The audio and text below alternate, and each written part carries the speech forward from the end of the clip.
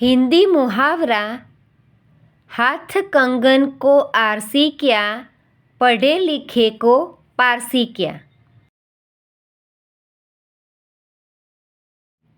हाथ कंगन को आरसी क्या, पढ़े लिखे को पारसी क्या।